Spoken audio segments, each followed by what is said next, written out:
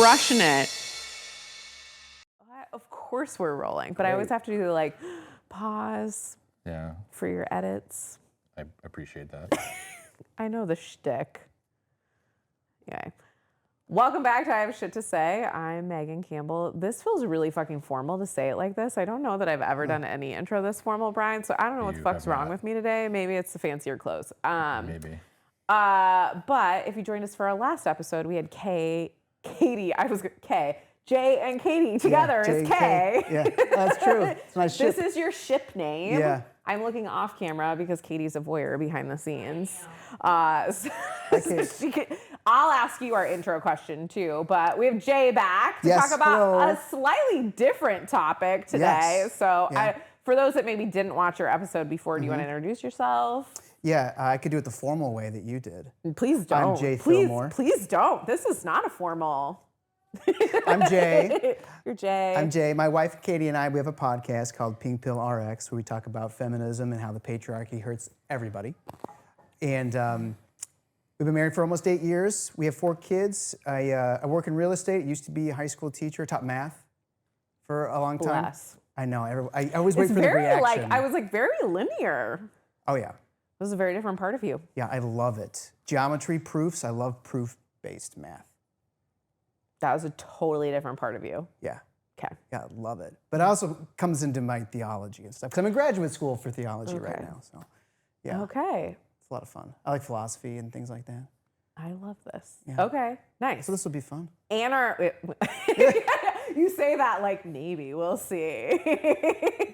I like how you lead with your really concrete, heady stuff, and then we're gonna talk about very woo-woo things. Yeah, like spirituality. Yeah. Okay, Oh, yeah. I'm here for that. But we have to have our intro question. Yeah. And we've already asked this one before, but your reaction told me we need to ask this again. How many unread emails do you have at this current moment? And while you do that, I'm gonna open mine. And we're gonna make Katie answer and Brian answer. Thank you. Yeah, I'm not fucking around. If you're in this space with us, you're answering. Yeah. Okay, so how many do you have as the question? I already looked at my phone and I already know. Currently, it is 2,061. Holy shit. But that's currently, I read the important ones. The other ones I just kind of leave there. And I don't delete them, I just leave them. Wait, really? Yeah. Okay. My maximum ever, though, Oh no. was 14,000. Yeesh. I have ADHD. Put that out there. And I just don't clean it out. But it doesn't bother you. No. I love this for you. Yeah, it doesn't bother me. Okay. It's just there. Until I start running out of storage, then I have to clean it up. Well, okay, fair. I had it down to nothing like a few months ago. Well, it's like laundry. Congratulations. It is like laundry. Thank you. How long did that Thank last? you. Like 2 minutes? I appreciate the I don't congratulatory. know. Maybe a month. I was good about, sorting, deleting. Oh, a and month? That's actually pretty damn good. It was my best run in years. Okay. Really was. It was a good time. I love that. Yeah. I have enough right now to give me potentially an aneurysm at 147. Oh. I try to get, we've already had this discussion on this podcast, but I try to keep mine under 10 every day, and I start my day and end my day with emails. I try not to do emails in the middle of the day, and I'm like, but it's kind of my to-do list. And these are 147 like legit to-dos. Oh, okay. Like, so that is what will give me an aneurysm. Yeah. So. Oh, I get that. When I was a teacher, I kept my teaching inbox clean. Okay, but So did it's you work all- in one of those schools where they send you 50 million mass emails? Because what the fuck's that about? Like, we partner with Yeah. a school district local here, and they gave me an email, and I have not opened it in 2 years because I'm like, no, thank you. They sent, Brian, you're a part of that same district. How many emails a day do you get that are just like, we have this job posting, and we have this thing, and we have this thing, and like maybe at this other school that you never even stepped foot in, they're gonna have a potluck. Or we have extra note cards. Do you want to come pick some up? Or they're just all of these things. Yeah. Like, Literally, maybe 100. I cannot exist in systems that allow you to like literally copy thousands of people. And my favorite is the one, I want to say Karen, but we're gonna say Linda or Susie or whatever, who's like, let me reply all. No. And be like, I won't be there because I'm on vacation. See? Okay. I taught at the high school for a little while, so I would get those emails. Okay, you know what I'm talking about. Yeah. Okay, Brian, how many do you have? I'm not counting my Yeah, we can't. That doesn't count. Because that skews the numbers. That's a different part of you. Don't worry. Yeah, it's an outlier. It is. I am at 24. 24 unread emails. I almost spit my coffee out because I'm jealous that you're under me. That was not where it was last time. It was now I think I'm it was like, like, fuck that, include the other email. It was like 2. It was like maybe like 2 or 3 last time. Yeah. I usually try to. But I think I makes was me like at anxious 6 to have- last time. It makes me anxious. I'm slipping, guys. I'm slipping. You are. But Okay. I mean, you did catch me on a good week where I had just cleaned out my inbox, like probably See, last look week. at that. We started the day and you're like, it's been a rough week, but then you're saying it's been a good week. So Well, it's been a good week for emails, I guess. No, I love that. All things get to be true. There you go. Yes. Okay, Katie. I'm gonna give you all heart attack. 59,000. Oh. They're unread? I had no idea, Katie. This is Don't email me. this is the woman you married. How many unread text messages? Oh, text are read. Okay. I have 3 right now. I do have 19 voicemails. However, so. Oh, I have 0. That definitely gets cleared the F out immediately. Okay. All right. I love Jay's reaction. Like, I'm going to get up off the couch. Sometimes I have to. I have no, I'm here for that. I have a very wild annual tradition that like December 31st, January 1st, any unread email that isn't like a literally pertinent to do in the last month gets read and put in a folder from like the last year. So like January 31, I'm going to make a folder that says 2025. I'm going to read all those emails, drop them in and pretend like my inbox is free. I'm going to steal that. I'm just telling It's you. a nice ceremony. Yeah. So also there's like a very good ADHD trick. Like this is not what we're talking about today, but we're going to talk about it where it's like wherever you make piles, just put a basket for the pile. The pile doesn't have to move. It just gets put in a basket. Get your counter. There you go. Yeah, you just put a basket and then everything just goes in it. I use this with my husband all the time. That's So we good. have like 5 baskets in the bedroom. Do you have doom piles or doom boxes? No baskets. It's Just a doom baskets? basket. Okay. We have a doom chest downstairs. I mean, I even have a doom bin in my trunk of my car. I have a 2-year-old. Everything's in a basket. We have a bin. We could anyway. Yeah, no, it's okay. I'm just saying. Yeah. Even at the foot of her, like under where her car seat is, like every nasty thing you've ever seen in your entire life, right? Yeah. You got Oh, kids. yeah. Yeah. Oh, yeah. Our minivans. I just put a basket there. Yeah. And so then I'm like, oh, that's a shoe. Great. Everything else goes in the The trash can. shoes, the socks. Yeah, it goes in a basket. That's great. I Then love it's that. like, I didn't really dirty my car. It's like in a container. It's kind of a fucked up like hack, but like, bring some order to the chaos a little bit. yeah. And then if even better, you get a basket with a lid.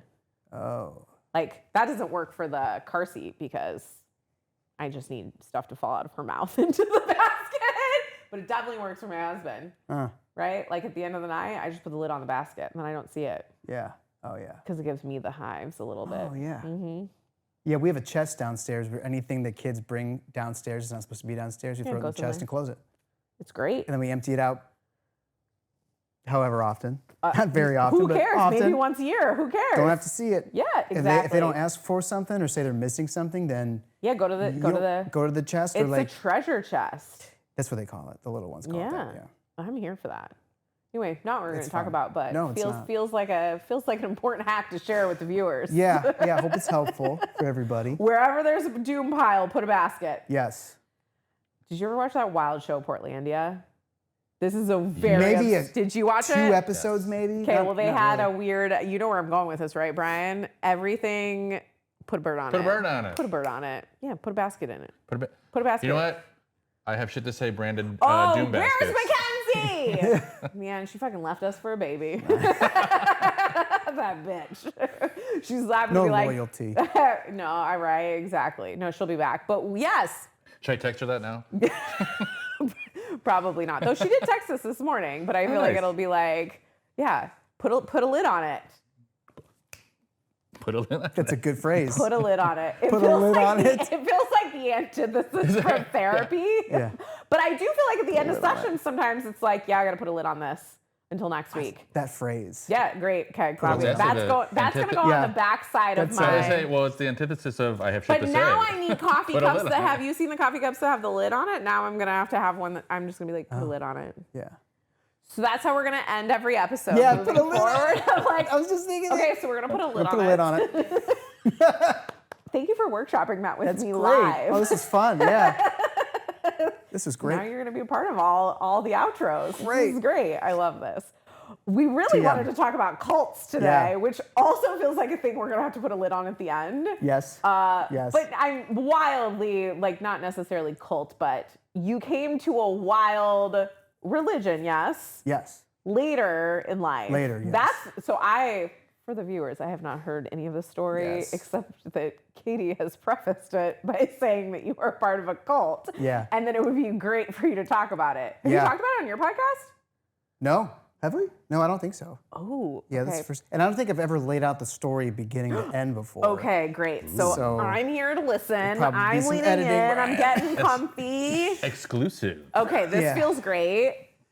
I'm Yeah, intrigued. it is a wild ending. If I were to make this in Wait, a wild ending? yeah, like if I were to Is make this gonna be like a Waco? no. Okay, no, great. No. Okay, so it started. I ended up going into it when I was right around the time I turned 18. Oh, okay. Yeah, so I was really into like religion and spirituality and existential questions and things like that. Like in high school? Yeah. Okay. I always kind of have been, but it really ramped up in high school. Did you write about those in your Zanga? I did. Okay. If you're open to it, we could also maybe link some of your Zanga posts. Yeah, there's some of it's Okay, in there because okay. like I was using Zanga right around like I stopped using Zanga a couple months several months after because Okay. MySpace was picking up. Okay. So there is some love it. documentation. Okay, on okay. Zanga. I'm here for this. Okay, so 18. Yeah, and I was going to. I mean, I went to a Church of the Nazarene, but Oh, that's a church I grew up in, and mine was in Las Vegas. So I will preface that a Las Vegas Nazarene church is very different. okay. But for those that maybe don't know that aren't from around here, Nazarene is like a Protestant Yeah, faith. Protestant, kind of similar to Methodism. And Methodist. Methodist. Wesleyan. It's a Wesleyan. Wesleyan. It's Yeah, a it's in the Wesleyan Wesleyan tradition. Yeah, right. So I'm gonna tell you, my first husband does have a degree in theology, so okay. I at least know a little bit what you're putting down here. Yeah. Yeah, So, okay. but like culturally, it was very evangelical. Yeah. Okay. So when you think of it was very evangelical in its rhetoric. Meaning, like for those that maybe don't understand that part. More conservative. Okay. The gospel that's shared is penal substitution based with its atonement theory. So it's very much like God had wrath. He had wrath and he wanted to give it to us. So then, I'm gonna throw it on Jesus instead of us. But it still shows God as this kind of like wrathful being. This is an interesting thing for you to be drawn to. Yeah. Okay. It is. Yep, It's keep very, going, keep going. Very niche. And that's what a lot of most Protestant religion or denominations are penal substitution denominations. Very popular since the Reformation and very courtroom legal. A lot of these guys were lawyers that came up with this theory back in like the 1500s or whatever. But Church of the Nazarene ascribes to that. You have your contemporary worship style, you have your, conservative politics probably type thing. But also there's a lot of guilt over like wrongs done, sins done, or things Well, they not definitely brought done. that over from the Catholics. I mean, it's everywhere. Yeah. It's really everywhere. Correct. It just So- gets weaponized in different ways for sure. Yeah, and then Yeah. you call it the Holy Spirit with conviction, and then you add a whole theological like fear with it because you fear like, I'm doing something I'm going to be judged for, like so that Right. type of stuff's very common. But but I wasn't feeling spiritually fulfilled. Like I don't feel like I was being taught things that were intellectually interesting, and at the same time there seemed to be a lack of like spiritual vibrancy or authenticity maybe. Okay. Or like real, like you're really passionate about this. So you also kind of did you join this church through a youth group or post, like when you would be part of a youth group? So I was going to a youth group at the time. Okay, because I was like, a lot of people like kind of their entree into like this tends to be youth groups. Yeah, so Okay, I was going to okay. youth group at just a Nazarene church, but I visited this other one that wasn't a part of a church. It was like a parachurch ministry Okay. that this guy led. And I visited there for a while, and it was a lot more like, this seems like people are really passionate, and they're actually teaching from the Bible versus like a big moral idea as a sermon type thing, just painting a picture, but I don't really know what you're talking about. And so I went there, and then I went to a youth conference through the Assemblies of God, which is like more of a mainstream Pentecostal denomination. And I liked What was the name of the conference? Momentum. Okay. It was in Springfield. I was like, this is some shiny happy people shit already. yeah, I mean, Have you watched that? yeah, I have. Okay. Yeah, we're getting there. Okay, Yeah, we're okay. getting there. So, but then I ended up going to the guy who led this like parachurch youth group. Mm-hmm. I ended up visiting his church, and at the time I thought this is incredible because it was very Pentecostal, Okay. which was very much not dry, which is what I was used to. It's a denomination or group of denominations that would be called Apostolic Pentecostal. Okay. Sometimes called Oneness Pentecostal, but the one I went to wasn't really Oneness. It was still Trinitarian, but it was Apostolic. It's kind of a weird niche. Okay. They kind of doing Yeah. their own thing. Kind of doing their own thing, but like I started going there because, oh my gosh, they're preaching with passion. There is a lot of biblical references There's here. emotion. There's emotion. Right? Yeah, and I feel like I can There's be... body. There's Yes, there's energy there's and stuff like that. somatics. Yeah. There's right. Yeah. So I ended up leaving my church and youth group and started going to that one. And at first, the first couple months, I'm like, this is great. But then like you start noticing things that are not great. For example, like none of the women wore pants. Notice that, or makeup, okay? And then there was this overemphasis on speaking in tongues, which I'm like, that doesn't, okay, this seems like a little, Little offshoot. Little woo woo. yeah, not so much woo-woo, but like chaotic. Like I thought this is what we weren't supposed to do. I thought this was written against in like 1 Corinthians, I think it was 14. Like, you're not supposed to, okay, that's weird.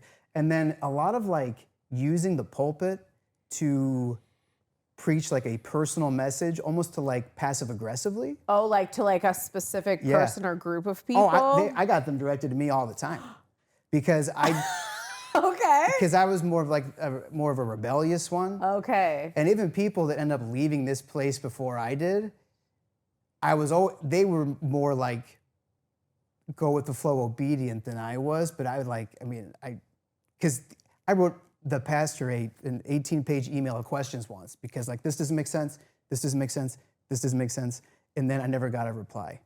Just like wow, that was a lot. But did you get a sermon? Probably. I got so many sermons going on against me. I was like, he answered you. But, Yeah, and okay. there was a lot of like guilt and control. You were very much not a part of the group if you were somehow disobedient with something. Like, for example... But something or the pastor's something?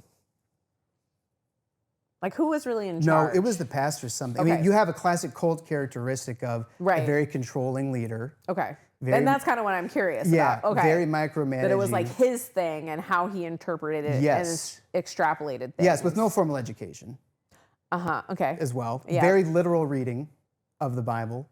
You're not looking at culture and history and language very much. Well, and maybe pulling out things where you want to pull them out. And Yes. stopping where they make. Yeah. Yes, and then if I were to bring up a question like, oh, well, elsewhere it says this, it seems contradictory, I would never get a satisfactory answer.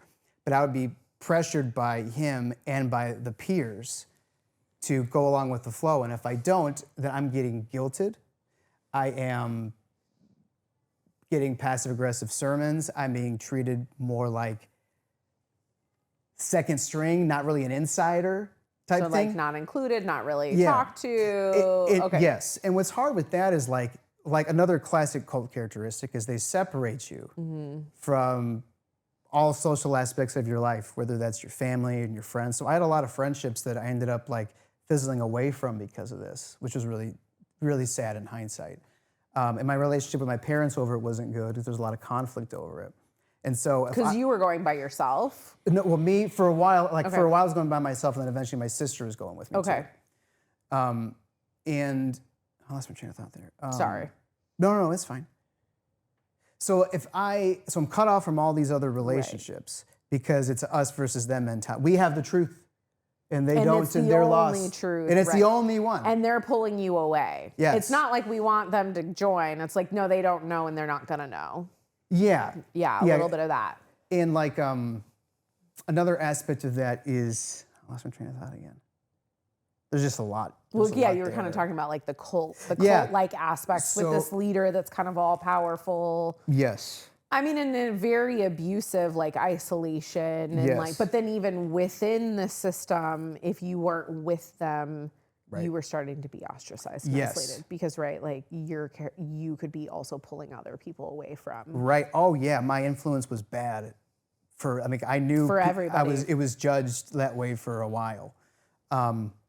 And if I'm already separated from family and friends, and all I have are the people in this group, Right. and then now I'm being more like separated from them, there's a lot of pressure to get back with the program because then you have social relationships again.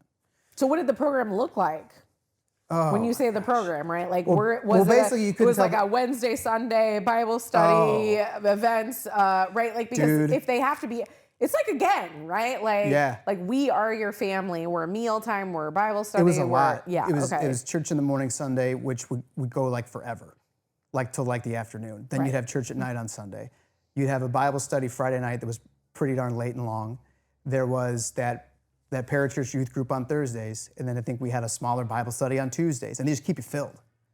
They keep all your time occupied with their stuff. So even if you wanted to have other relationships, you couldn't. Yeah, they're just. I mean, there Right. wasn't That's a lot like of time. that's a part of the isolation Yeah. too. Is Oh. like they're just Yeah. And if you miss Tuesday, then by Thursday Oh, you're out. If you miss, You better be on your deathbed. you are shamed in some sort of fashion for being. And if for you went to the missing. hospital before you invited the pastor to pray over you, you're But yeah, well, you Yeah. don't have enough faith, obviously. yeah. And then if he was traveling to another church to visit or to preach, if you don't have anything else going on, you better go. Wait, you were driving to other places? Oh, Chicago all the time. All the time. I learned how to drive in Chicago that way. Okay. Yeah, so You're lucky you even got to drive yourself, in my opinion. I'm like, were they not taking a church bus? no, it was usually a carpool, and another thing about it is that they would tax all your resources. So like, my manual labor would be used, my intellectual labor would be used. I led worship, I taught Sunday school, I preached, like all this kind of stuff. I would Yeah. drive places, and at the time, And you'd be carpooling everybody.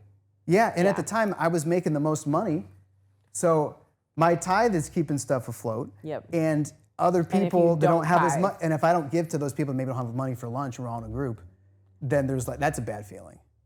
Yeah. So I had that going on.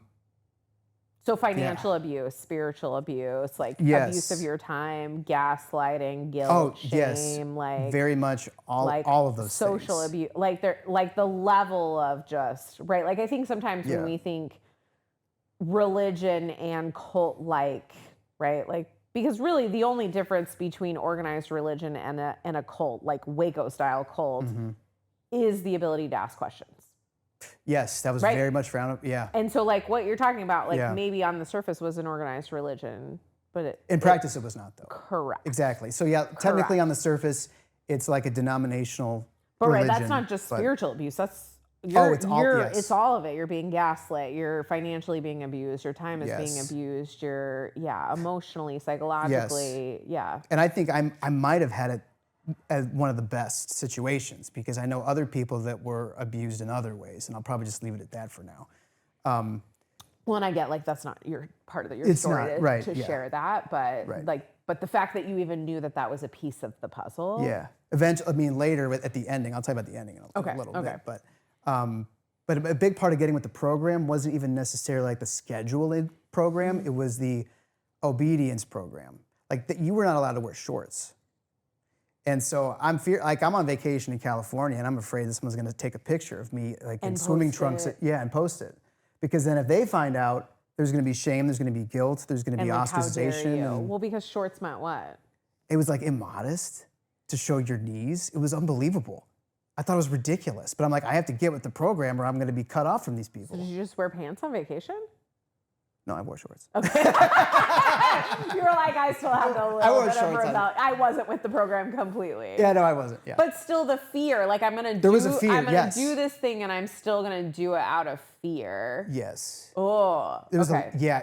a lot of it was fear-based. So, and a lot of the getting with the program was basically being under control of the pastor. Pastor was a capital P.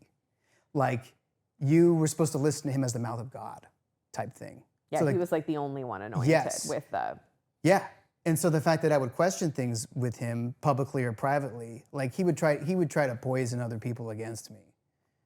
I found out later. This is some Keep Sweet documentary right here. Yeah, like there's when I've watched, Happy Shiny People or like the Fundamentalist Mormon with Warren Jeffs. Yeah, that's the one? Yeah. That's the one that I'm talking about. Okay, Yeah, that's the Keep Sweet. You're like, this is a little too close. I feel a little bit in my body when I'm watching something like that. Yeah. So And I grew up in Las Vegas, so I grew up with the Mormons, and I grew up with, right, like, so even when I watch those, and I'm drawn to watch them, having grown up in the Nazarene Church and also then watched people have these really interesting, like, relationships with religion, like, you're kind of like, oh, like, what draws people to that? So it is, like, really interesting to hear, and, like, right, like, how there's also so many funnel points. Right? Like if you're doing something all day, every day, and like you're all eating together, and it's like this one kind of, again, shiny, happy people, like one big family. There's like, if you don't have that, and again, kind of that gang mentality, if you don't have family, or you don't have the answers spiritually, or you don't have, and they're offering that, and there's so many entry points to it, like it's so easy to then all of a sudden be sucked into the abuse of it all. Yeah. Right? Because that's not how it starts. No, it's definitely not how, I didn't notice this stuff till later. And what's interesting is another entry point is like I was very insecure in high school. And so the fact that I'm getting recognition and praise from individuals here, it's fueling my desire to be a part of this. And to do more. And to offer more. Yes. And, so I can get more of that feeling again and again and again. And they're just using it to bleed your resources dry. Yeah, so much money, so much time, so many miles on my car. Wild. So much like. And you're just 18. Yeah, I was. Your brain's not even fully developed till 27. No, I was technically 17, and then a month later I turned 18. Right, that's wild. And then I didn't end up leaving until I was like, I think 26, maybe. Okay. So I was in there for a while. But like, an interesting reason why for a long time I thought, when I would think about leaving, which was frequently, and just being a part of a normal church, or like what does that even mean? I'm like, what is a normal church? Just something Joe Schmo church down the street, non-denominational, peaceful comparatively. I would get like really bad anxiety feelings about it, and so because of the conditioning of like, the Holy Spirit brings guilt. And that's the Holy Spirit telling me not to leave. And it's also the internalization. Right, they had already gaslit you into like this fear is coming up because it's the wrong choice. Yes. And yes. Right? Like. Yeah. And if I make the wrong choice and leave, well, there's a chance I could be damned for this, because now I'm on the outside. Going to hell. Exactly. Yeah. So I actually just had this, recently had this revelation, like I'm thinking about it, but realizing it was never the Holy Spirit, and it wasn't just anxiety. It was my body's fear reaction. Now that I'm more in touch with my body through therapy, I can recognize that. So it was my body feeling anxious and fearful because if I leave, I'm alone. I have nobody. Well, and the fucked up thing about that is, and you probably know this from some somatic work, but anxiety and excitement, the same systems, biological things, happen inside your body when you're anxious and when you're excited. I didn't know that. So like, kind of like in the same way that we say like pleasure and pain are opposite sides of the same coin, anxiety and excitement are the opposite, like the same biological things. Like I could be anxious, excited for Christmas morning and presents, or I could be anxious and excited about getting a car because I've been in a car accident before, right? But the same biological thing is happening. It's just the story is different. The story's different. It's really fucked up. Yeah. So then and that's also a lot of why gaslighting and fear can be so easy, because what the thing you started to get excited about originally is the thing that they eventually weaponize against you. Yeah. Right? And it's like, it is the meaning that I shouldn't go because I'm called to this and it's just hard and I need to move through it. Yes, that was the mindset. Or was this, the thing that I need to be doing for myself? Right. And it was definitely the latter, but felt like the former. And even talking about it, I feel, familiar sensations about it in my body just talking about it. Because it was a very lonely, long period of time. And well, those are like formative years. Yeah. Oh yeah, it was all college in my early 20s. And I mean, I didn't listen to anything that was not strictly Christian from like 2007 to like 2011, 2012. So when I went back and started listening to like non-Christian music again, I'm like, who the heck's Katy Perry?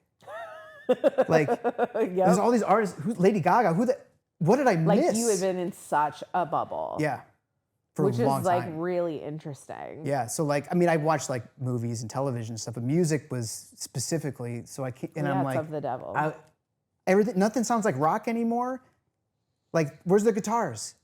Like Which is it all wild kinda because it's not transitioned. like you were living on a compound and No, it's no, not no. like, right, but like psychologically and emotionally you weren't even allowed to be listening to that stuff or like Right. consuming that stuff. And if you weren't around other people, it's not like people are like, hey, did you hear this song? Or Yeah. listen to this thing? Oh, Or... one of the first band I got excited about learning about after and listening to was Mumford and Sons back in 2012. okay, I was I working love at the that. Y, someone gave me a CD, and I'm like, Okay. I'll listen to it, and I was like, Okay. oh, okay, this is great. Never heard of these guys before. Yeah. So yeah, but I was thinking about the idea of fear and being confused with something spiritual or from God because of the conditioning I was in and the disconnection from my body that I was in. I was fearful about leaving and just being so utterly alone. And I realized that probably the best thing that my parents or people I was close with could have done for me if they were concerned about me would not have been being combative, which is what people were. Instead, if they would have kept their relationship with me as close as possible, not even talking about the religious stuff, if you kept it as close as possible, I would have not felt like when I leave, I'll be alone, Right. and I might have left earlier, but I didn't have that. Which we know in like all stages of abuse, right? But from a therapy standpoint, like, you know, your average person doesn't necessarily know this, but like when somebody is leaving an abusive partner or leaving an abusive job or leaving like that's what they say is like you cannot push them further to the thing or tell them the Yes. thing is wrong or bad or Yes. try to intervention or whatever, right? Because exactly that, they're going to send them straight further into the thing, and then Right. they're also not going to feel like they can ever have anybody outside of it Right. ever again, right? Like, Right, and then Yeah. yeah, and if they feed those on the in group feed into it because they've already set a narrative of like outsiders. they don't know, they Yeah. don't get it, right? It's just you're being persecuted for righteousness type thing. This is part of it, and yeah. And if my parents' relationship, if they would have just tried to maintain as loving and close as possible, 'cause I was still living at home for a good chunk of this. If they would have maintained that instead of being combative, then again, like I would have felt like I had someone to leave to, Right. but I didn't feel like. But they I had also anybody to didn't leave have the to. manual of like, what do you do when your No. son joins this church that you don't agree with? Right. And, right. And on the surface, like, oh, it's church. Like, Oh you yeah, know. they didn't know. But then also, They tried to talk to me about it, like, Yeah. you know, but but the damage was already done. yes, it was already, Right, like they had their hooks were in already. they had already laid the narrative preemptively. Like, and I've had experiences with people in my life where I start to talk and I was like, oh, like I have to back off because I'm like, oh, you're already, like, no matter what I say, there's no logic in what's happening because the logic has already been like input, like Yes. programmed in. Right. Yeah. Yeah, and like they really in cults, I feel like they do a good job of telling you what other people will say, Always. and then what they do end up saying, you're like, Always. oh, I knew you're gonna. They told me you were gonna say that because X, Y, and Z. Mm-hmm. So then the logic is already defeated. Yeah. So it's just a matter of staying close so that you feel like you can leave if you reach that point. Yeah. Then you have someone to go to, and I just learned that from experience. So like if that were to happen to a friend of mine or one of my daughters when they're older, I know I'm not going to be combative, but I'm going to love you as hard as I can, so that you have someone to leave to. Yeah. Because I didn't have someone to really. Which leave I to. think is like such a great even takeaway preemptively for our listeners of just like, even if it's a one-on-one relationship, not like a large group, of just being able to exactly that, like love somebody through it instead of against it. Yeah, that's a good way to put Right. it. Like, Yeah. and it's something, and for parents too, like you bring up your daughter, like so often parents will bring kids into therapy and just be like, they're dating this terrible kid or they're doing drugs or they're doing, Oh, I yeah. just last night had a conversation with a mom that's like, I don't know what the fuck is happening with my kid. And I'm like, and he's like 17, like no punitive or consequential measures are going to change what's happening. You just have to let him know when he needs a mom that you're there. Yeah. Because right now that's he doesn't good. think he needs a mom. Right. And she's like, and I was like, yep. And the work now is all you, is letting go of like, you've raised your kid, you've done the best that you can do, you can love him as much as you can, and you cannot change the decisions he's making, and he's gonna fucking fail.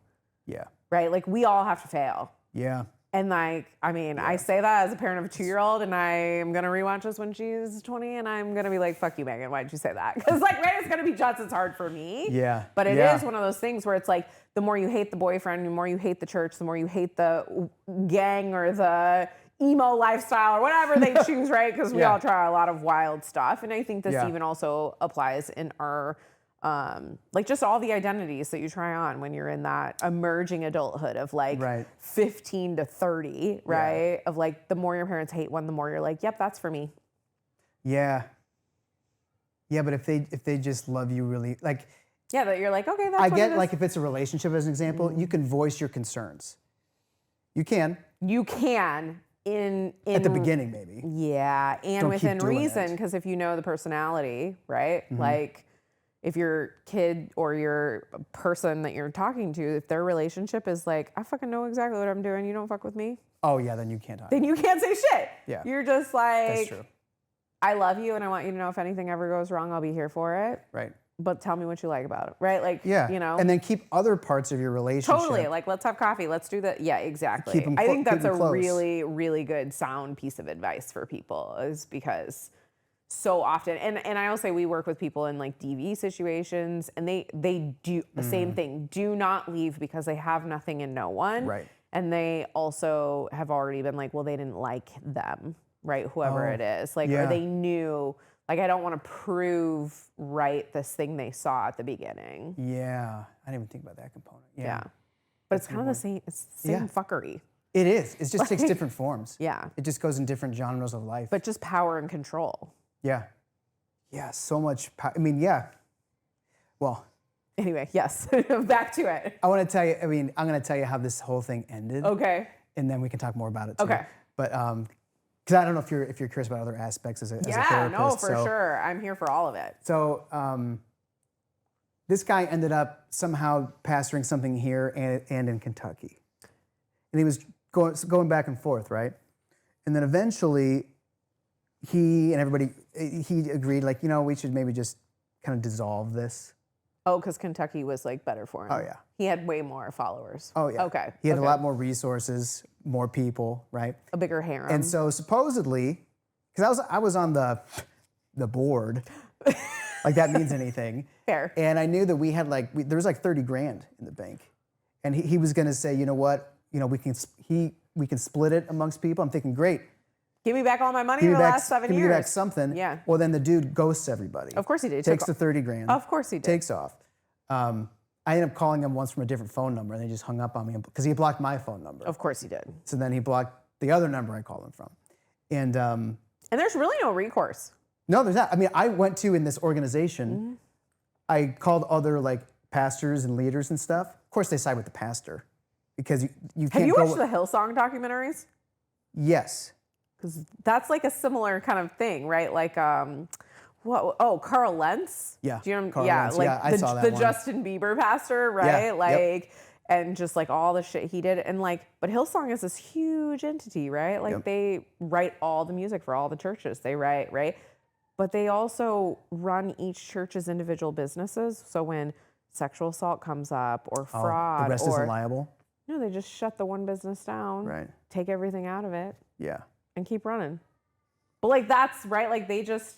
Yeah. How common is that? I wonder. But here's the thing is, right, like church is a business. There's Yeah. money, big money funneling through it. Yeah, a We gotta have lot. you watched The Righteous Gemstones? Yeah.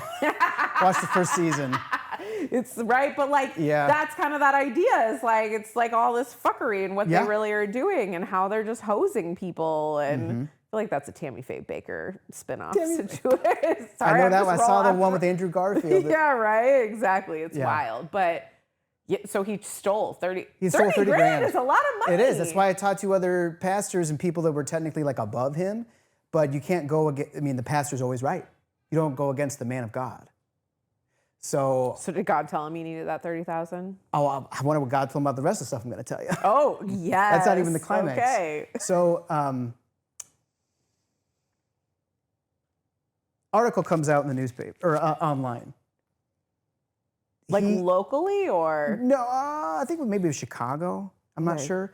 Anyway, he was arrested on the eve of our wedding, poetically, for Okay, I love this. downloading and uploading. Okay. Okay. I'm assuming CP. Yeah. Okay. Yes. And Okay. and I find that out, and then I am worried about some of these other people that were involved when they were minors, and so And you're freaking out. yeah. So I reached out to a couple of them that I was a bit closer with Yeah. to see. You know, they said nothing happened, but I don't. They might not want to share that. You know what I mean? And I was Also, I'm going to say the thing that's not nice to say, how many of them even knew that's what it was. that if things had happened or, Oh. right? So like revenge porn, like also like filming or photographing people without their consent. Like there's so Yeah. many things that can occur within the realm of that, you know, and the brain and body don't always remember that stuff That's true. either. Yeah, So it's right. like, there's like what maybe was known and doesn't want to be known. And then maybe also like what really truly just like wasn't even known, Yeah, that's a good point. if that makes sense. Yeah, Like, it could have been a million different things. I have no idea. But he was convicted. He's in federal prison. oh my gosh. He got like an 11-year sentence or something like that. That's it? Okay, fuck the Yeah, justice system. it was under 15, okay. and he again, was eligible for parole after a certain point. fuck the legal So system.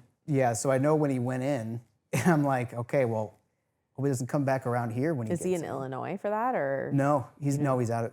I don't know where. It's in the East. It's a federal prison. Yeah, so it's okay, somewhere fair. like on There's the somewhere East. else, yeah. Somewhere else, yeah. Okay. Not in Illinois. I mean- but he was tried and arrested in Kentucky, so it wouldn't have been Illinois anyway. Wow. That's where the stuff he did was documented and was done in Kentucky, but then the feds got a hold of it. So Also makes sense maybe why he wanted to be there more. yeah. Yeah. A lot of things there, and it's like you have so much control, and there's such a lack of accountability from anybody, evidently even people above you, that you can get away with all sorts of things for a while.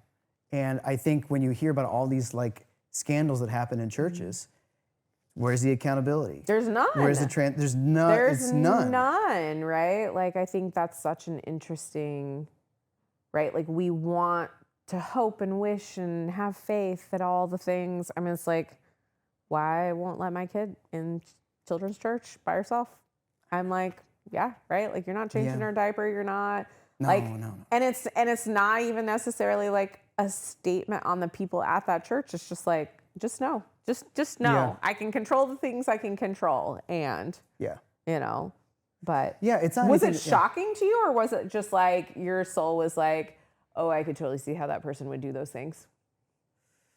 Or a little bit of both? A little bit of both, and in usual fashion, I think my wife called it ahead of time. Just gonna look off camera at you. Okay. She would like notices patterns and Okay. comes to conclusions before things come out a lot. It's that intuition. Yes, and so she had some thoughts regarding that Okay. prior, and so actually we were on our honeymoon, and is when we saw the article of the arrest come out, and yeah, That's insane. yeah, it was a wild ending to a wild ride. And it's like not really ended, right? Like there's still pieces that are processed, or even you're saying, right? Like there's things Yeah. that still come up in my body, or right? Like I'm Yeah. still doing the math for like when maybe he's allowed out, and what does that mean? What does that look like? Yeah, I mean, not necessarily for you specifically, but for the world. Like to think about this person that's like, oh yeah, that's enough time. That's enough time, and you can go back. And he was a good con man. Like he had a lot of charm, a lot of charisma, like a lot of these leaders do. And so he conned himself into this church in Kentucky.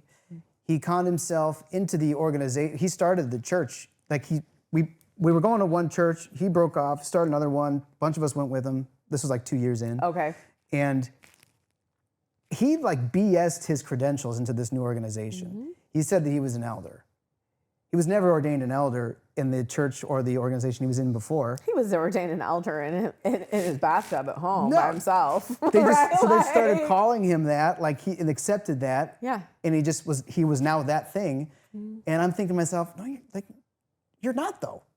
But this never think about happened. how much like secrecy and ritualistic kind of things exist in the church that people are like, especially if you don't know, that you're just like, oh, okay, I guess that's what they do here, right? Like we got deacons, we got elders, we got ordained, we got this, we got like, there's such like almost like political governmental kind of hierarchy that if you don't know and then other people are talking about it like it's the thing, but it's like that the biggest, right? Like that's the biggest scam of it all, is that nobody knows and everybody's just like kind of using the lingo. Oh, I think that happens probably very often Right. with a lot of different things. Well, totally. in the church, yeah.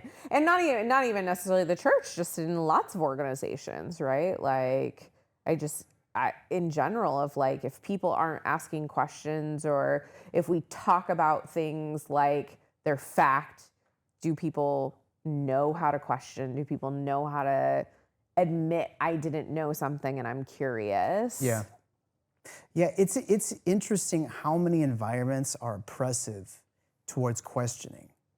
Like, this was an I oppressive... was like, we could talk about environments that are not oppressive to questioning and it'd take way less time than That's true. Oh. Right? Like, I'm like, I don't really know that many Yeah. environments that aren't oppressive to questioning. I taught at a school for a long time up north. Very oppressive to questioning or suggestions.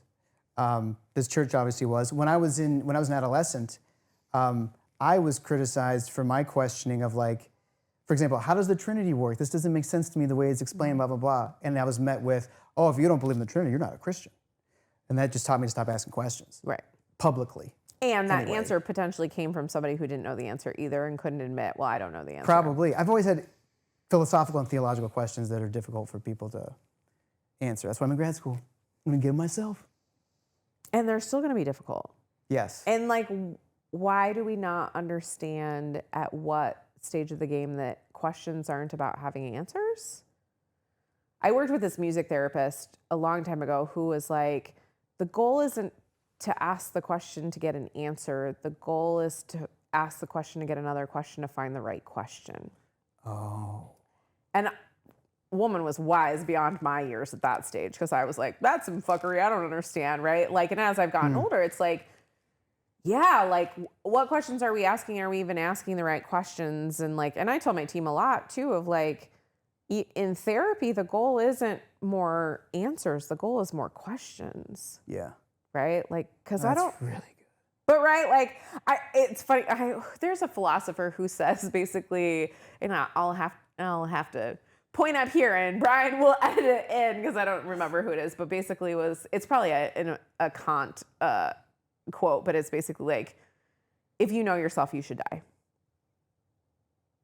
Right, like, which is really That's like jarring. It's super jarring, but Yeah. like the premise of it is, right, like our whole meaning in life is to find our meaning in life, right? Like, and there's a lot of like therapy and like psychology that is rooted out of theology, which is really interesting as well, right? And so at the core, I am an Adlerian therapist, and so at the core of a lot of Adlerian psychology is a lot of theology. Like they talk about this premise of teleology of like you aren't who you are until you're fulfilling your purpose, right? So if a pencil isn't writing, it's just a piece of wood,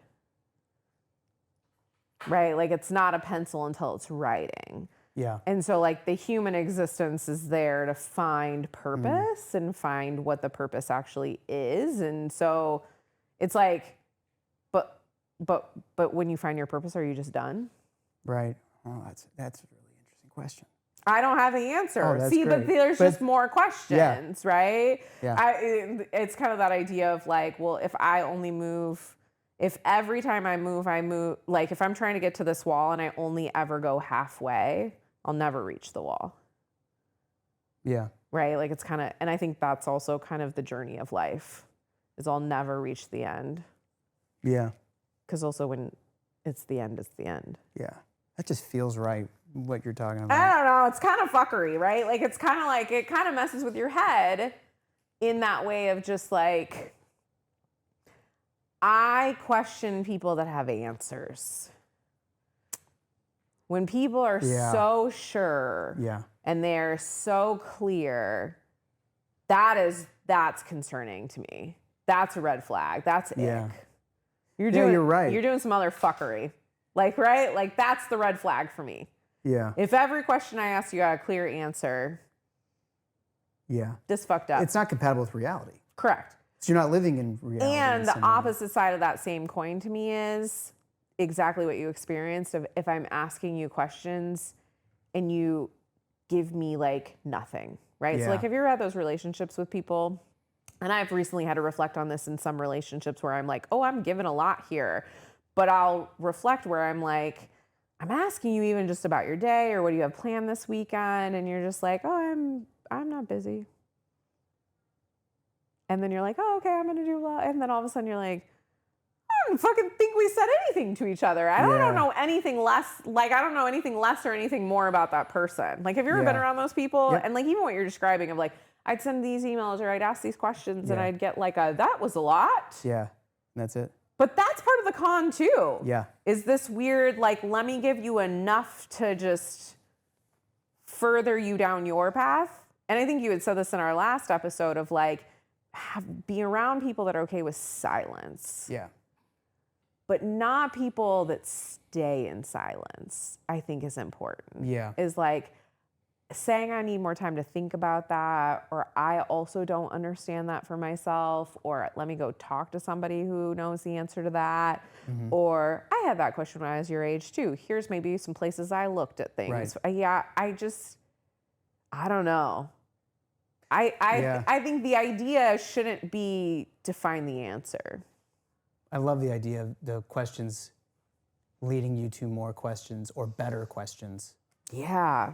Well, I just finished a class on a New Testament class on just the Gospels, and there's an interesting pattern that I've noticed. It wasn't necessarily in the class, but I've noticed it. Then, when someone asks Jesus a question, a lot of times he responds with a question, or he answers a question that's not being asked, like the better question that's supposed to be being asked but is not being asked.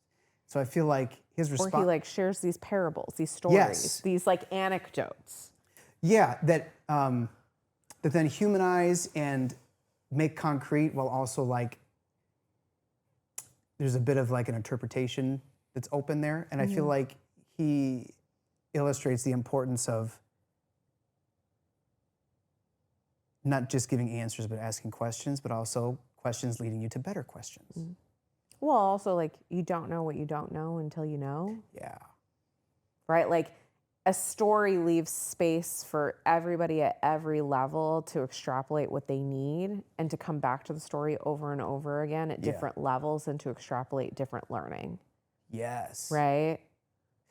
Is it true? I thought I heard this one time that like when someone is giving a speech, certain parts of your brain are active when you're listening, but if someone shares a story, I don't know if it was oxytocin where you feel more bonded to the person who's talking, or some different things going on in your brain when it's a story. And I will say, I think that that's a little bit my, like a little part of my deconstructive, like religious fuckery of like, you know, my first husband worked, he pastoral care and counseling degree, worked in kind of churches and like a Christian university, but in the media department.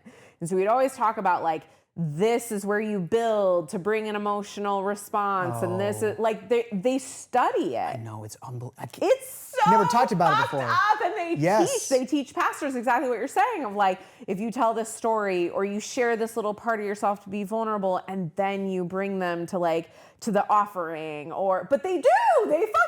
Very manipulative. Right. So then it's like, then what is the Holy Spirit and what is man? Right. Do they then teach them their voice cadence? Like, here's where you slow down for your main point. Listen, I'm thing. sure prosperity gospel teaches all that shit. Dude, that's unbelievable. But like, so that's the thing is like, right, there is such a difference between religion and participating. Like, even what you're talking about is like, I was drawn to this charismatic thing. Well, we all are, right? Especially in a world where relationships suck. Right? Like people are not kind to each other. People are not. And so the church is like, kind of presents this like, let's have this rock concert and talk about how we like are so loving and kind to each other. And we greeted you at the door with our 20 person greeter team, and we had coffee and donuts, and we made you feel warm and welcome, and like a we love fed, bomb. right? It is. It's really fucked up. And then behind closed doors, we're like fighting about this, or like our pastor doesn't believe in this politically, so we won't help this, or we won't support these things, or we, like you can't be gay, or you can't be this, or you can't be that, or you, right? Like, I'm like, okay, so what do you love? Like, what do you love? And like a little of my background, and I know I'll talk a little bit more about this with your wife, but like I participated in a very charismatic church with my first husband. And the second I decided, and there were multiple periods of time where I was a part of a small group, did the whole thing, like did all the shit, went to a Christian university, like was in it, right? And during that time in small group, like kept alluding, and we were in a small group, like a Bible study as a couple, and like kept alluding to like, he's not okay. Things are not okay. Things hadn't been okay for a while. Like not abusive, but just not okay. And everybody was like, what are you talking about? He's great. Everything's great. You guys are doing such great things. Like you do good things for the community. Like, and I was just like, and people hurt and they need help and support. And like eventually, right, like I went through my own process separately in my own therapy and was like, I'm out. 110% of those people, not one person followed up with me when I asked for a divorce. And even my ex-husband and I, right, had a few conversations where he was during our divorce because he was shocked by me asking for a divorce. And he had asked, like he had sought some counseling with that pastor. And he was like, this pastor says, you're going to need to work on your anger with God. And I was like, who told anybody I was angry at God? Yeah. Right. Like that was like the conversation we had. I was like, I don't have anger towards God. I was like, I made a choice. I said, I really don't think that God wanted me to stay in this marriage. And if that's what you and this other white man who leads this church thinks, like, have at it. But I was like, if he's feeding you the line that he's going to reach out to me because he's worried about my faith, that's a lie because I haven't heard anything. Right, thus far. And so I was like, he has my number. He can freely talk to me. Yeah. And he just kind of like slow blinked at me. And I was just like, yeah, so I don't know what you're being fed. Good. And like, right. But it was like one of those things where I was like, oh no, like, and I was like, and if I was angry at God or I was angry at you, we would still be married. And I don't know that he'll ever understand that. But I was like, if anger is still there would still be a relationship. There's just nothing, right? Like, I'm not angry. I'm not. But I think it is an interesting. There is so much manipulation of emotion, and even in not cult-like churches, there is, when you get groups of people together, this like, we need to be in the in crowd. We need to be the pretty people. We need to be, we need to mask correctly. We need to. Yeah, it's so sad because you just have to perform all the, I mean, then there's this pressure to perform all the time. But like, for what? When I was... Like, I was like, that's my question, for what? Yeah. I've gone through 2 deconstruction phases. One was right before all this stuff. Okay. And then one has been in the past few years. But when I was a teen, I thought, why don't I go to church and just wear like the crappiest clothes I have so that I'm not worried about my appearance there? Like, why wouldn't I just do that? And I'm thinking, oh, everyone's gonna look at me like I'm crazy. But I'm thinking, that's more like what it should be like. Why do we dress up for our best to go to church? To look nice for who? I 100% was doing that in high school in Las Vegas. What's that? 100% my parents would be like, you can't wear that to church. And I'd be like, what do you mean? My ratty like paint overalls? These are awesome. Yeah. Like, I think that's I think that's better because then there's no paying attention to like, oh, am I looking a certain way? But then there's the other side of it because then it's like, well, are you also inviting criticism to see the other side of people? Right? Like, are you inviting it to see like who's judgy, who's like, I mean, even as I got divorced, I was like, oh, this gave me some insight that I definitely didn't expect. Like, I was like, I thought there were some different, like, I was like, this is like the scarlet letter A right here. Like, I was like, what is happening? Like, that was unexpected. No one reached out to you. Nobody. One single person. And this is a small community. And even like I had been in meetings with Zooms with other people that I had been in small group with or whatever, like in community things, didn't even look at me or acknowledge me. Was wild. And to this day, if I see people out, like I'm remarried, I have a child, right? Like I have a business. I have absolutely been like ostracized from grant funding for things because of it. I have like Really? Oh, absolutely. I would put money on it. Like not given like opportunities because of it, because of being a divorcee. Yeah, it's love that we're next to an auto parts. Yeah. That's the patriarchy right there, revving their engines. But yeah, I think they're just underscoring the scarlet letter A. It's a really interesting. It's very interesting. But I think it's like, when we speak about spectrums, is like you're talking about a really extreme cult version of isolation and gaslighting. And it happens in really smaller, right? Like we do it in elementary school and high school when we're like, these are the cool people and these are the jocks and these are this and right? And then that flows straight into church. Yeah. Right? Like we can't talk to her because if we talk to her, then we endorse that she got divorced or, like in this, like. It's awful because, I mean, you see Jesus talk about the kingdom of God so many times and it's supposed to be different. Also, church wasn't born out of perfection. No. Also, the Nazarene church very specifically, like, do you know the history of that? Some of it, yeah. Yeah, so it was literally, the Nazarene church specifically was like born out of Skid Row in LA. That's right. Yeah. I did forget that part. Yeah, what's the name of the guy? Is it Charles? Nah, Brzee, right? Phineas F. Brzee? Is it that? Yes, I right? knew there's a Finn in there. Yeah, so he was like going to church and didn't like what they were preaching and expecting and basically being like, no, the alcoholics, the drug addicts can't come in here. They were like across the street from Skid Row. And he was like, he wasn't like, fuck this place. But this is my interpretation. I like to imagine. This is my interpretation. He was like, fuck this place. And he like walked across the street and was like, no, we're going to like help the least of these. So it's like wild how far we get from that, right? Yes. To. It's like the church becomes the Pharisees in all these stories. Yeah, but somehow they can still spin the business. It's a business. Yeah. And yeah. At the end of the day, it's business. It's money, it's power, it's access. I mean, like another really big piece of Adlerian. So like Alfred Adler was like Freud and Jung and Adler were all kind of like doing their work at the same time.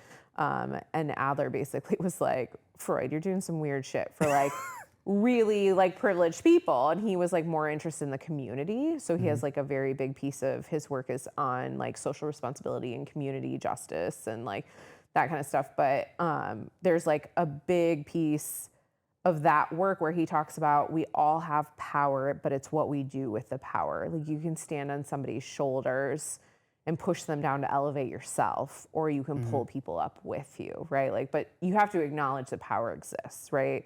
Like we are all empowered and disempowered in different ways, shapes, and forms. And so I think that's an interesting piece. Yeah, that is. You know, and I mean, I think that probably ties into a lot of what you guys talk about in your podcast on the patriarchy of like, you know, we're also in this world now where everybody's like, I don't have power, like I'm not this. And it's like, no, everybody has some level of power. Yeah. It's like figuring out where you have it and what you can do with it. That is very fascinating. But I do think like thinking about cults, right? Like is this idea that like how many of those people were afraid to exercise any power that they had and and so instead they were letting him be propped up by them, right? And, Yes. And the biggest protective factor you had is that you exercised your power. Yeah. Is that that you push back. That's true. Yeah, I did push back quite a bit. Yeah, and it felt good when I did. My sister and I did a lot. Did your sister wear pants? Sorry, that's like a side, very weird question, but. Or did she fully embrace the no pants? I think she, out of the guilt part, I think she did for a little while. I don't remember how long. Younger or it older? was. Sister. Twin. Oh. Neither. You just dropped that bomb. Okay. Yeah, twin sister. Technically younger sister though. Yeah, okay. By Yeah, you 3 came out minutes. first. Okay. You know. Okay. Yeah, I did not expect that answer. Yeah. Whenever if someone asks me younger or older, I think, here we go. That's so great. I'm gonna throw them off. I'm here for that. Yeah. I'm here for that. That's interesting. Yeah. Yes. Yeah. What were you gonna say? Sorry. No, it's just a good point that was an element of exercising my power and autonomy to do that, even if it didn't necessarily go places, but I could at least. But internally it did. Yeah, that's true. Right? When you said You're like, right. I felt good when I did that, right? Yeah. Like, is like, that's the Felt journey. like me. Well, and I think in a world that is so fucked up, right? The more we can work on doing the thing we need to do, recognizing what it does for us, not in a selfish way, but like, right? Like you were exercising your autonomy, who you were, your questions, your in a healthy way. And then being able to, like, that's such a protective factor of like being you and pushing against in the ways you needed to. Yeah. So the thing with power then is, identifying what power I have and then exercising it. And maybe. In a healthy way. Yeah. Right? Like not to stand on top of other people. Right. But it makes me think how many people, I mean, I'm thinking about myself in the religious situation, but feel like they don't have power. But they really do and don't recognize what they can actually do. Well, it's a yin and yang, right? Like there's so many places where you have power and where you don't have power, right? Like even, professionally, like, I don't necessarily have power over how much insurance is going to pay me or when they're going to pay me. And I have power over certain things that I can do of like when I'm, right? Like, so even in larger systems, and I think that's kind of the same thing when we talk about people needing to vote or exercise their rights or, peacefully protest or, right, like not to turn it politically, but right, like there is agency, and agency matters like mentally and somatically, whether or not, I think we get so focused on outcome and change, but like change happens so slowly over time. Right. Which is a very existential, right? Like, does one grain of sand matter on the beach? That's a good question. I don't have an answer. But right, like, and so I think a lot of people think in that existential way of like, well, I'm just one grain of sand on the beach. Yeah. Well, we all are. Yeah, the whole beach matters. Correct. Yeah. My therapist told me something interesting because I was talking to her about my anxiety regarding like political and economic situations. And she said there is a study done with World War II where those who were able to somehow contribute to the war effort, whether that was like working in a factory or volunteer, or somehow, they had less levels of anxiety than those who did not or could not contribute. Because when you're inundated with information that is not actionable, that I can't do anything about, it builds up a lot of anxiety. But if I'm able to somehow contribute in my own way, it alleviates some anxiety because I have some action I can take about it. That's what that reminds me of, because even though my questioning didn't make a gross big outcome. That you know of. That I know, you're right. Right, like That's you a have good point, no too. clue what you're questioning or like what power it gave other people that you questioned or what access it gave them or pause or seed it planted. I think that's that piece that we were talking in the last podcast about like, the water with an observer or, a therapist being changed by the work is like, you have no idea how people are impacted by witnessing a thing. Yeah, that's a really encouraging point because I've always thought that was, because I don't know. You're right, I don't know. And do we need to know? No, I personally don't feel like I need to know, but it's nice to think of the possibility Yeah. as an open-ended thing. And not that that would somehow make me feel differently in the present, but it's just, it's just another dimension. It's a security blanket a little bit. It's nice to think that something had more of a purpose than I thought maybe it did. Well, somatically, think about it like, right, like energy gets trapped. So if there's no output, Yeah. right? So you're talking about action. Like if there's action, even if it's talking, even if it's podcasting, even if it's posting, even if it's, right, like it's outside of your body instead of in. I still think this is super ridiculous, but I do tell my clients like big feelings are like diarrhea and vomit. It's better out than in. That's good, yeah. Right? Like you hold That it is in, it true. makes you sick. Yes, let it out and it feels so much better. Yeah. Yeah. And It could be explosive and terrible, or it could be a little bit at a time. That's terrible to say it like Yes, that. It's a terrible metaphor. Like, but it's very true. But though. right, like it is one of those pieces of just like if we hold shit in, it will make us very sick. Yeah. And it needs, and somatically, right? Like energy needs output. Yeah. Yeah. It needs somewhere to go. You know, I find myself I get in moods where I've just had enough, and I'm responding to in the comment sections of TikTok videos or Facebook things. I'm just like, this is ridiculous. Do you turn into a troll, or do you like No. troll the trolls? I will. Usually, I just ask a question. Oh, okay. Honestly, like there's one video where I don't know what this was. It was on Facebook Reels, and there was like maybe 3 or 4 young women that had a podcast, they had mics and stuff, and there was this guy who was on Zoom or something, and then he started. He was shaming one of the women about like her relationship and sexual history or something. Oh, okay. And then but he was like somehow like a Christian and a conservative. Uh-huh. And so I was like, this is ridiculous. And people in the comments are like, you know, he makes a point, or he ought to. And so I commented, I said, well, which person was more like Jesus? The one who, the woman who, even if you disagree with her lifestyle, who called out hypocrisy, or the man who shamed her? Which one was more Christ-like? Because Jesus called out hypocrisy all the time. Mm-hmm. He didn't shame people. And I just left it at that and just let people read it. Like, but sometimes I'll just cite facts towards people because I've had enough, but I feel better after. Like I got some of this political or economic religious angst out. Yeah. It's rough. Yeah. And the more you hold it, yes, the sicker you get. Yes, and I feel it more intensely, and I don't want it to come out like... Right, like you don't do unhealthy shit. Yeah. Yeah, right. Like there's that. so many wild things we can do. We see it all over. Yeah. But it's got to go somewhere.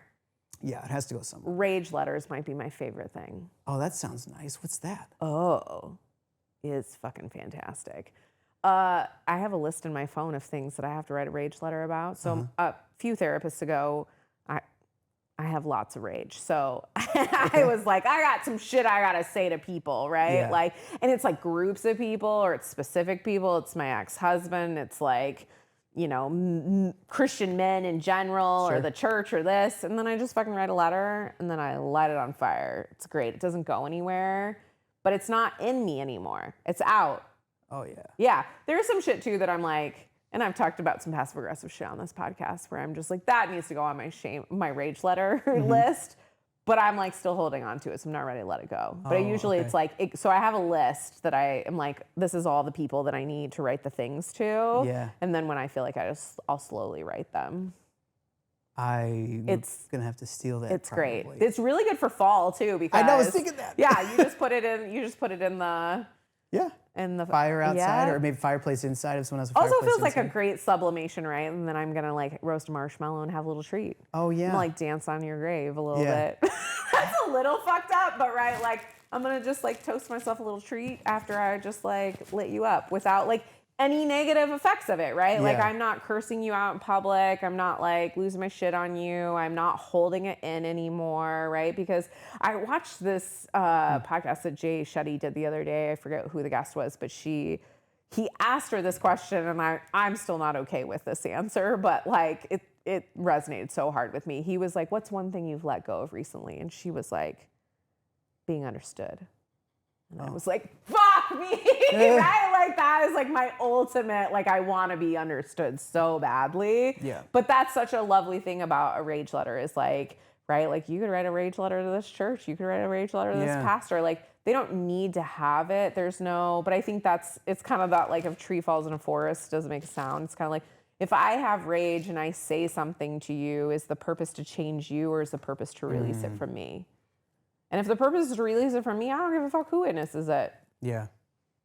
There is something from a neuroscience standpoint, so I will often like read them to my therapist of like writing it and then speaking it out loud. But sometimes I'll just read them to the fire by myself. Oh, yeah. Which is like really cathartic. But they're like giving voice to it, I think also gives it an energy. Yeah. Oh, yeah. The spoken word is very different Yeah. than just writing it. Well, and like, I think we've talked about it on the podcast before of like Chicago has a scream club. Have you seen this? No. Oh, I want to do this to the train out back, but there's these two people that were like, we're just gonna fucking scream into the lake. We just gotta scream. And now these people once a month, like hundreds of people go to the lakefront and they just scream. That's beautiful. Good for them. Like primal scream. Yeah. Good for them. Anyway, we need to like. That's quite a release. Have a club down here. Yeah, I want to do it into the train, and then I'm like, the train can take it to Chicago. Although somebody's like, you're gonna freak the fuck out of the people on the train. But I like that idea of like action. There's like movement and action, and that same music therapist. This is kind of where I'll leave us, but that same music therapist who was like, you just need to find more questions. She was always like, I'm going to go out into the woods, dig a hole, and yell into the core of the earth. And right like back then I was like, you're really fucking woo-woo. And now I'm like, yeah, I get it. Like, I get it. Yeah. Like, yeah, that's some shit. Like, I'm going to scream back to Mother Earth. Yeah, the core of the earth. Yeah. Well, that's a powerful thing. Right? Like, I'm going to release it all back. Yeah. Like, it's not mine.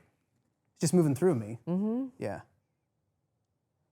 That's beautiful. Well, I'm probably going to start screaming and start Is that your takeaway? I mean, there's some good takeaways I have for sure. And screaming, and you guys got a nice lake out back. You could just scream. Oh, that's true. You could scream out there. Yeah, no one lives on the other side. It's a golf course. Oh, see, there you go.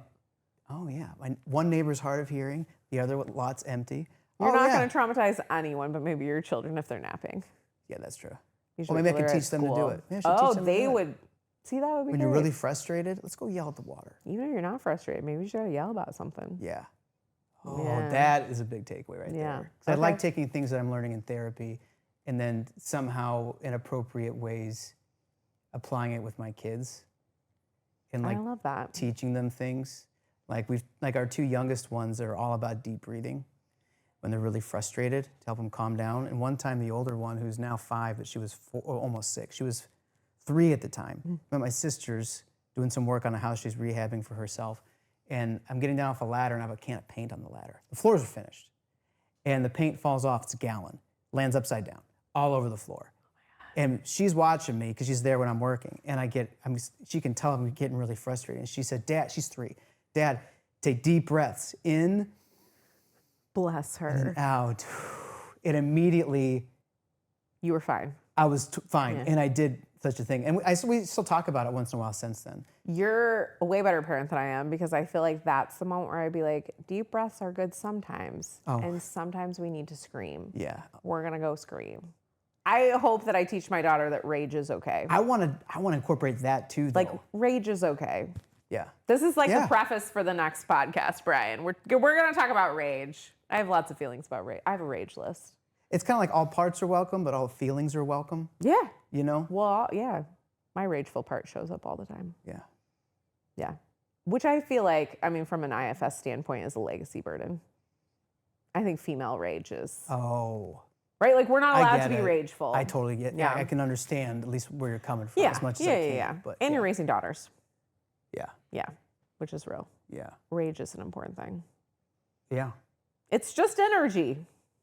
Yeah. Intense energy, but Had an intense sometimes car I point this way because my daughter's in the next office, but sometimes I'll try to take deep breaths with her and she's just screaming in my face. And I'm like, you're not wrong. Like, just scream. Yeah. That's real. I'm like, I would be a hypocrite because I want to go scream out at the train or in a hole to the core of the earth. Core of the earth. Yeah, it's wild. My therapist was like, you need a little camper shovel that you just keep in your car so you can dig holes where you go. And I was like, that's pretty genius. It is. I don't know that public property would like me to dig holes in their land. Well, that'd be a cool thing with a kid because it's concrete. So we're gonna dig a hole. Yeah. We're gonna put all of our yelling and anger in it. Yeah. And then we'll cover it back up and we're giving it back. Yeah. That's really cool. Yeah. Anyway, on that note, yeah. Other takeaways that you think people, one key takeaway that you said earlier that I think is so important is to like love someone so fiercely when they're leaning into toxic shit. Yes. That's my paraphrasing, but like just love them. Yeah. So hard. So they have someone to leave to. Yeah. You have to have someone to leave to. Yeah. I love that. Anything else that you think viewers should know? That was the big one. I was thinking about, I actually had that thought, it's like 3 days ago. And then the next day, Katie was like, oh, by the way, she wants you on the podcast too. And I was like, oh, okay. What am I talking about? Oh, well, I want to share this on there. Oh, I love that. Because that's would have made a really big difference for me. I think that's the biggest one. And I think also if you find yourself in a place with, like you had brought up, with no answers or only answers, that's a sign that something's amiss. Oh, I do have one other thing. Oh, yeah. And this is true for toxic relationships, and it's also true for this pastoral situation. If a person doesn't have people, Ooh. they don't have people that have had close relationship with for a long time. Like historical Historically, yeah. There's a problem. Yeah. If someone doesn't have people. If Like you don't have even their family and friends. If they're not close with their family, if they don't have close friends they've held for a long time that are not just surface level. Was he married? Briefly during it.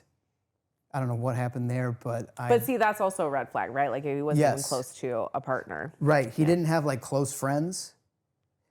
So if someone doesn't, and I've seen that play out in several other relationships. That I'm like, other you're saying people that, have. I'm like, ooh, that's a takeaway for me in friendships I've had where I'm like, oh, I've really invested in something and they didn't have anything. Yeah. If they don't have people, something's amiss. Something's amiss if they don't have people. And it's not your job to save them and be their people. No, because it's probably going to do more bringing you down than lifting them up. Totally. They have trauma they have to work through or something if they don't have people. So I think whether that's pastoral or a relationship with like a romantic relationship or a friendship, if someone doesn't have people, you should keep your eyes open. Yeah, be wary. Be wary. Be cautious and weary if they don't have people. Yeah. Yeah, that's not. Don't share all your shit to that person. No. they'll love bomb And you don't want to have something where you're committed to them in a way, whether that's a pastor, congregant, or husband, wife, boyfriend, girlfriend, you don't want to have a contractual relationship in any way, shape, or form. Correct. If they don't have people, something's going on there. Yeah, that's a good one. I love that. Yeah. Well, thank you. Thank you. We're gonna put a lid on it. Yes. We're gonna put a lid on it, and then I'm gonna finger guns all of them. We're gonna finger gun everything. Oh, see, Cameras. perfect. There you go. Yeah. Brought it all together. Thank you for coming. Yeah, thank you for having me. I hope to have you back for some other things. That'd be great. To go through your process. Yeah, I had a great time. I was happy to be back. I appreciate that. Yeah. Thank you. Thank you.